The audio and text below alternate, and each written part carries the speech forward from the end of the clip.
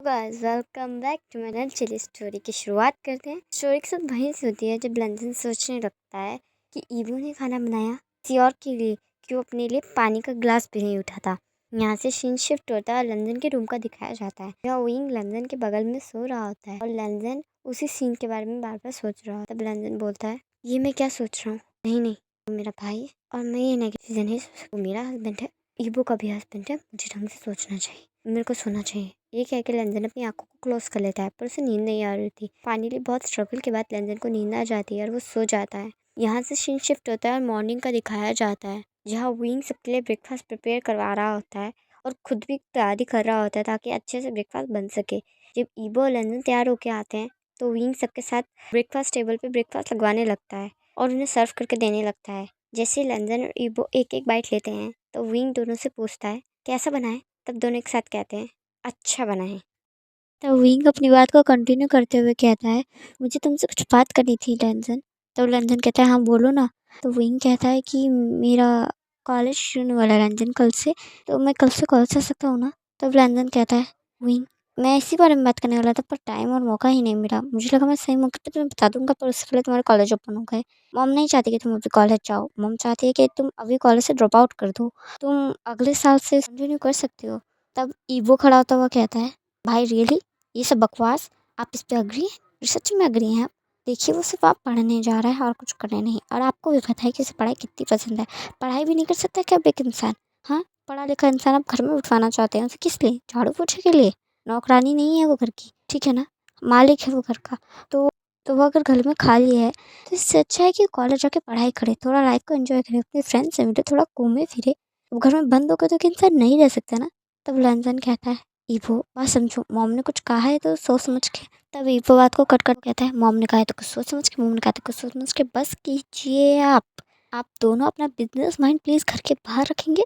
घर के रिश्तों को बिजनेस माइंड की तरीके से सोचना बंद कर दें। घर के रिश्ते दिल से चुराते हैं ना कि दिमाग से। पर नहीं, बिल्कुल नहीं, आप दोनों कभी दिल की सुनते हैं? जी नहीं।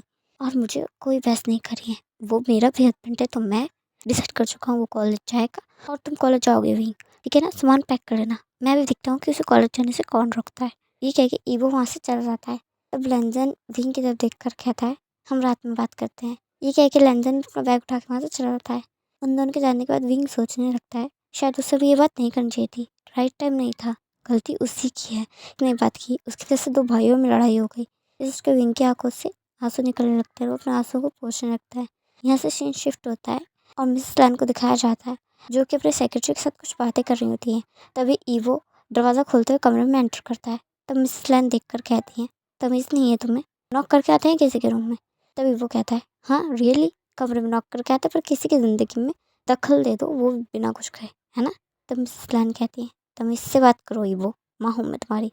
तब वो कहता है, रियली आप मेरी भाई की माँ हैं, विंग की नहीं? तो उसके लाइफ के डिसीजंस लेना बंद कर दें आप। क्यों हर चीज़ में आपको अपने डिसीजन चाहिए होते हैं? मैं अच्छे से जानता हूँ जो आपकी बात नहीं मानता ना वो इंसान आपके लिए अच्छा नहीं होता और वो आपको एक फूटी हक नहीं पाता, अच्छे से जानता हूँ मैं आपको। तब मिसेस लैन कहती हैं, हो गया तुम्हारा, बहस करने आया तुम, बहुत इंपॉर्टेंट काम कर रही हूँ मैं। तभी वो कहता है, रियली किसी की लाइफ से इंपॉर्टेंट काम तो हमेशा से आपके लिए था, हमेशा से, उस समय भी और आज भी। कोई फ़ायदा नहीं है, दिल से तो कभी सोचा ही नहीं आपने। हर चीज़ में दिमाग दिमाग, प्रॉफिट प्रॉफिट, दिमाग, बस कंपनी को आगे बढ़ाना है आपको। ये 3 चीज़ आपके दिमाग में चलती रहती है। काश कभी दिल से सोचा होता माँ। दुआ के लिए हाथ अपना सर झुकाना पड़ता है, भगवान से कुछ मांगने के लिए हाथ जोड़ने पड़ते हैं, उनके आगे अपना सर झुकाना पड़ता है। किसी से दुआ के लिए भी अपना सर उसके आगे झुकाना पड़ता है। कभी कभी सर झुकाना पड़ता है, हमेशा सर सीधा करके चलने वाला इंसान भी ठोकर खा सकता है। तब मिसेस लैन कहती है, हो गई तुम्हारी ये फिलॉसफी वाली बातें, हो गई हो तो प्लीज़ यहाँ से जाओ, बहुत इंपॉर्टेंट काम है। तभी वो कहता है, मुझे भी कोई शौक नहीं है यहाँ टाइम वेस्ट करने का, मैं बताने आया था कि विंग का कल से कॉलेज शुरू हो रहा है और वो कॉलेज जा रहा है और बस मैं डिसाइड कर चुका हूँ, पूछ नहीं रहा हूँ, बता रहा हूँ। तो मिसेस लैन कहती है, अच्छा किससे पूछ कर? तभी वो कहता है, खुद से पूछ कर, मेरा हस्बैंड है वो, मैं देखूंगा वो कहाँ जाएगा कहाँ नहीं जाएगा, किससे मिलेगा और किससे नहीं मिलेगा। तो मैं डिसाइड कर चुका हूँ कि वो कॉलेज जाएगा, अपनी स्टडी कंटिन्यू करेगा और किसी में भी हिम्मत है तो उसे कॉलेज जाने से रोक ले। ये क्या कि ईवो वहाँ से निकल जाता है। तब मिसेस लैन गुस्से में अपनी फाइल्स फेंकते हुए कहती हैं, ये लड़का ठीक जिद्दी और बदतमीज होता रहा है दिन ब दिन, क्या करूँ मैं इसका। ये क्या कि मिसेस लैन गुस्सा करने लगती हैं। यहाँ से शाम का सीन दिखाया जाता है सीन शिफ्ट होता है और शाम का दिखाया जाता है जब मिसेस लन बैठ के पीसफुली बुक को रीड कर रही होती है। तभी लैंजन कमरे में एंटर करता है नॉक करके। तब मिसेस लैन उसकी तरफ स्माइल करके कहती है, इतने टाइम बाद घर आए हो, बैठो। तब लैंजन कहता है, वो कुछ पर्सनल काम था मॉम। तब मिसेस लैन कहती है, हाँ जानती हो तुम अपने काम के प्रति कितना सोचते हो, तो तुम घर भी नहीं आती, मुझसे भी नहीं मिलते, बोलो क्या काम है। तब लैंजन कहता है, वो माँ विंग के कॉलेज शुरू होने वाले हैं तो मैं चाहता था। तब मिसेस लैन उसकी बात को कट करते हुए कहती है, बस अब तुम शुरू मत हो जाना, ठीक है ना लैंसन। ईवो सुबह सुबह ही इस चक्कर में लड़कर गया है, तुम इस बारे में बोलने आ गए हो। तब लैंसन कहता है, ईवो आया था। तब मिसेस लैन कहती है, हाँ वो आया और अपना फैसला सुना के चला गया कि विंग तो जाएगा कल कॉलेज, और जिसमें हिम्मत है उसे रोक ले। वो अपना फैसला सुना गया और आज तक तुम्हारे भाई को कोई रोक पाया है? हाँ नहीं, और खासकर मैं बिल्कुल नहीं। असल में तो थोड़ी विलन मैं ही हूँ, इसलिए अगर उसने डिसाइड कर लिया तो विंग तो कॉलेज जा रहा है, इसलिए मेरे कुछ बोलना ना बोलना कोई फायदेमंद नहीं। लंदन कहता है, ठीक है माँ, फिर मैं चलता हूँ, मैं भी यही बात करने आया था आपसे, बाद में मिलते हैं। कह के लंदन वापस अपनी कार की तरफ चलाता है और कार में बैठ के अपने घर के लिए निकल जाता है। और वो कार में बैठे बैठे यही सोच रहा होता है कि वो आया था आज से बात करने, विंग के लिए अच्छी बात है। बस वो समझ नहीं पा रहा था उसकी फीलिंग्स क्या कह रही है, उसका दिमाग कुछ और दिल कुछ और कह रहा है, उसकी आंखों के आंसू कुछ और कह रहे हैं और सोच कुछ हो रहा है। वो खुद ही की फीलिंग्स को नहीं समझ पा रहा कि उसके साथ हो क्या रहा है, चल क्या रहा है, वो महसूस क्या कर पा। यहाँ से सीन शिफ्ट होता है और नेक्स्ट डे का दिखाया जाता है जहाँ विंग बहुत एक्साइटेड होता है और एक के बाद एक कपड़े अलमारी से निकाल रहा होता है। तब लैंडन कहता है, क्या कर रहे हो, भी कुछ भी पहनना अच्छा लगेगा। तब विंग कहता है, नहीं नहीं नहीं, मैं कैसे कुछ पहलू, छुट्टी का फर्स्ट डे है ये, बिल्कुल नहीं, मुझे अच्छा दिखना है और मेरी मैरिज के बाद का भी फर्स्ट डे है, मैं चाहता हूँ सब मुझे अच्छे तरीके से दिखे और ये देखिए कि मेरा हस्बैंड मुझे कितनी अच्छे से रखता है, मैं तो अच्छा ही पहनूंगा, बहुत ज़्यादा अच्छा पहनने वाला हूँ मैं। ये है कि विंग फिर अपनी अलमारी में सामान ढूंढने लगता है और फाइनली उसे एक ड्रेस अच्छे से पसंद आ जाती है और वो कपड़े लेकर वॉशरूम में चला जाता है चेंज करने। वो जब चेंज करके बाहर आता है तो लंदन को दिखा कर कहता है, ये मैं कैसा लग रहा हूँ। लंदन कहता है, बिल्कुल एंजल की तरह, व्हाइट कपड़ों में एक एंजल लग रहे हो। तब विंग कहता है, थैंक यू। ईवो से कहता है, छोड़ भी दो, तुमसे भी पूछ रहा हूँ मैं क्या लग रहा हूँ। तब ईवो कहता है, बिल्कुल एक चांद की तरह, बस फर्क ये है कि आज चांद दिन में निकला है। तब विंग कहता है, हाँ हाँ फिर शुरू हो जाओ तुम।